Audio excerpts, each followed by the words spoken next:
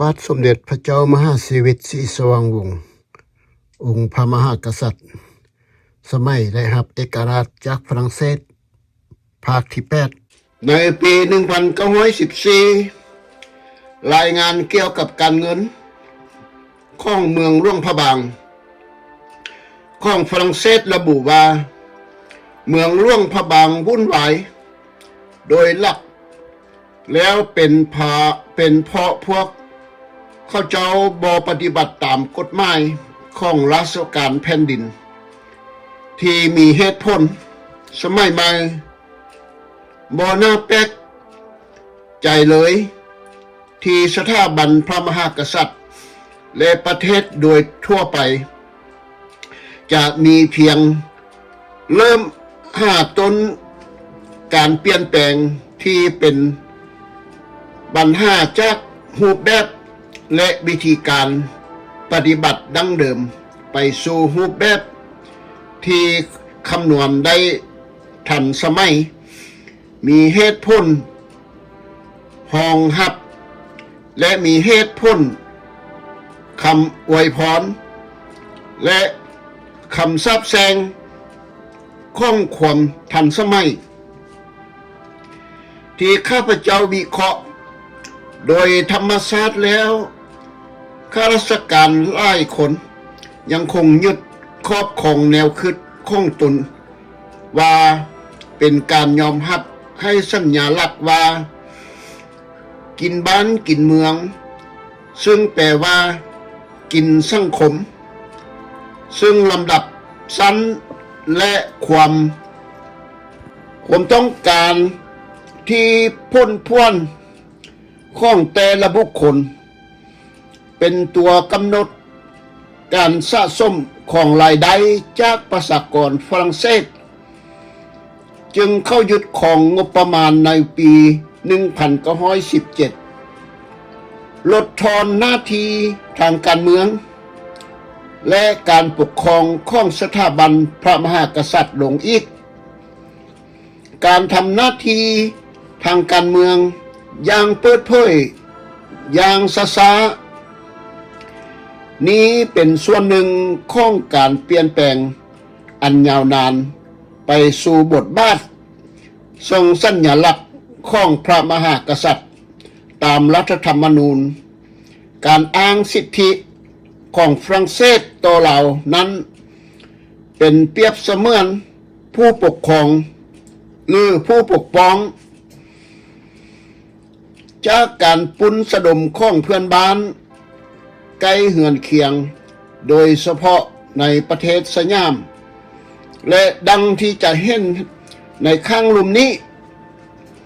กษัตริย์สักกรินและเจ้าศรีสว่างวงศ์ภายหลังที่พระองค์ได้ยึดมั่นในคำเว้าของพวกเพิ่นและยืนยันว่าฝรั่งเศสบ่แม่นเพียงแต่ปกป้องราชอาณาจักรลาวแต่ขอให้ช่วยกันฟื้นฟูให้กลับคืนสู่ความรุ่งเรืองดั้งเดิมที่พวกสยามได้ทำลายจูดเผาไปแล้วนั้นดังนั้นฝรั่งเศสจึงเรียกร้องดินแดนทางฝั่งขั้วคืนจากสยามในปี 1907 แข้งจำปาสักทางภาคใต้และดินแดนของกษัตริย์ล้านช้างไสยบุรีทางภาคเหนือตามการเรียกร้องที่กษัตริย์สักกรินเสนอแต่เป็นยังบ่เสนอเอาดินแดนใต้ลาวล้านช้างทั้งหมดได้ในทางกลับกันอีกหนึ่งคือเจ้าฟ้าศรีสว่างวงศ์ก็ฮ้อนใจในการกลับมาสู่วงศาคณาญาติของแข้งหัวพันและเฮ็ดสำเร็จตามความมุ่งมา่ปรารถนาที่จะกอบกู้ความรุ่งเรืองของดินแดนหลวงพระบางนี้กลายเป็นภารกิจสำคัญของสถาบันกษัตริย์ซึ่งเป็นกุญแจหนึ่งสู่ความชอบธรรมอย่างแท้จริงพระเจ้าฟ้าศรีสว่างวงศ์มักทึกเบิ่งว่า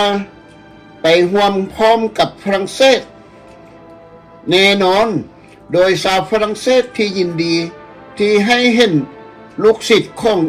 เจ้าอาณานิคมผู้นี้ขึ้นของบัลลังก์ในปี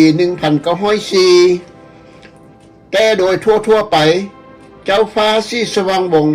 ก็เต็มไปด้วยวิธีทางแบบลาวๆและภาคภูมิใจอย่างสุดซึ้งของเชื้อสายราชวงศ์และการ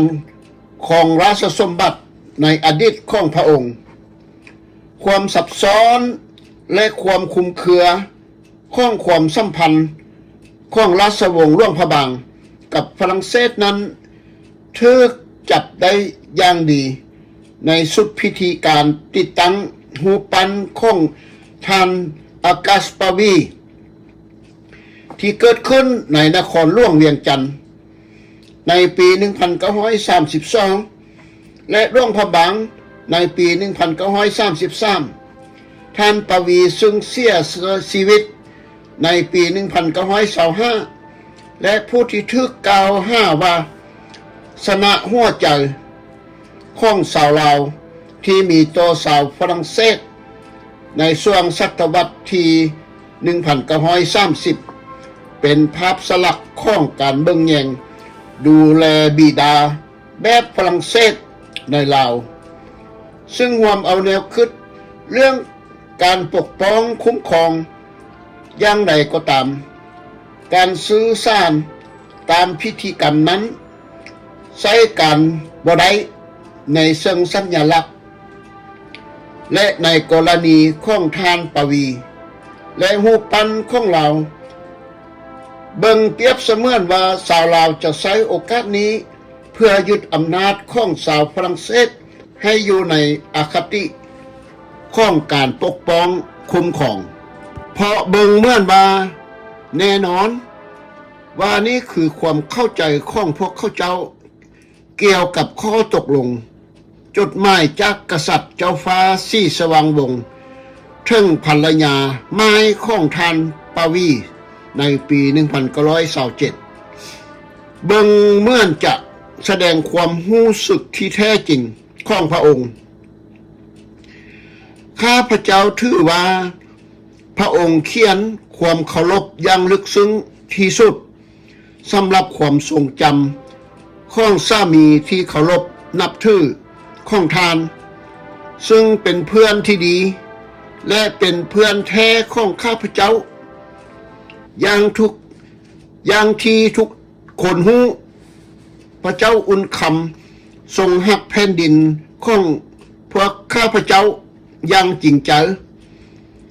ซึ่งได้ศึกษาอย่างใกล้ชิดก็ได้รับคำยินยอมจากปู่ของข้าพเจ้าให้อยู่ภายใต้การปกป้องของฝรั่งเศสผู้ยิ่งใหญ่แน่นอนว่าสำหรับชาวฝรั่งเศสแล้วท่านปวีเฮ็ดให้การอยู่ในอาณานิคมของพวกเขาเจ้าถูกต้องตามกฎหมายแต่พวกเขากลับติดอยู่ในวาระกรรมของพวกเขาเองเกี่ยวกับการปกป้องและภารกิจของฝรั่งเศสในการปฏิบัติต่อพลเรือน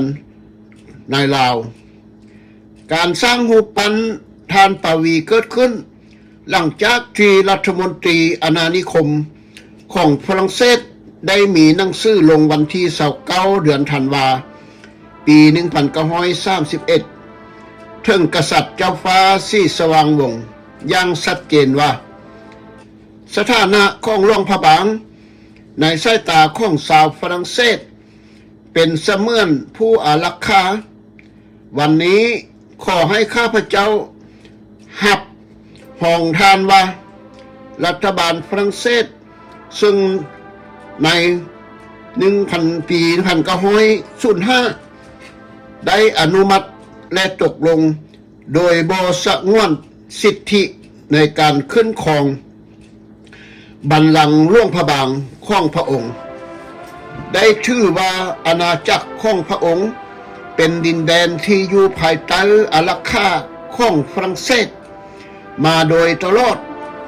โดยอาศัยอำนาจ ตามคำประกาศอันศักดิ์สิทธิ์ของท่านปาวีถึงพระเจ้าอุ่นคำเมื่อเดือนสิงหาตัดสินใจให้ราชอาณาจักรอยู่ภายใต้การปกป้องของฝรั่งเศสตามความสมัครใจของพระองค์ให้การปกป้องภายใต้ห่มถุงของอาณานิคมฝรั่งเศสคำสัญญาของท่านปาวีจะได้รับการปฏิบัติตามอย่างสุดทรงอย่างสุ่งทรงโดยรัฐบาลของสาธารณรัฐข้อตกลงที่ห่างขึ้นในปี 1917 ยังเหตุให้ชัดเจนว่าสถานะของราชอาณาจักรหลวงพระบางคือรัฐอารักขาแต่สิ่งเหล่านี้บ่เคยได้รับการให้สัตยาบันและในปี 1920 เสียงต่างๆถูกยกขึ้นในหมู่ชาวฝรั่งเศสว่าหลวงพระบางเป็นเพียงเมืองขึ้นและกษัตริย์บ่มีสิทธิ์โดยธรรมชาติแล้วเสียงเหล่านี้รบกวนกษัตริย์ที่สว่างวงศ์อย่างมากมายนอกจากนี้แล้วยังรบกวนชาวฝรั่งเศสบางคนที่คิดว่าหากปฏิเสธสถาบันกษัตริย์แล้วจะทำให้เราบ่พอใจและเสียให้สยามจดหมายจากรัฐมนตรียุติโตตอบว่าทีเบื้องต้นเบื้องหลังเหล่านี้และความต่อเนื่องของระบอบกษัตริย์หลวงพระบางก็ได้รับการประกันการสูญเสียที่แข้งซียบุรีวันช้างของชาวฝรั่งเศสที่มีต่อชาวสยามในปี 1941 นั้น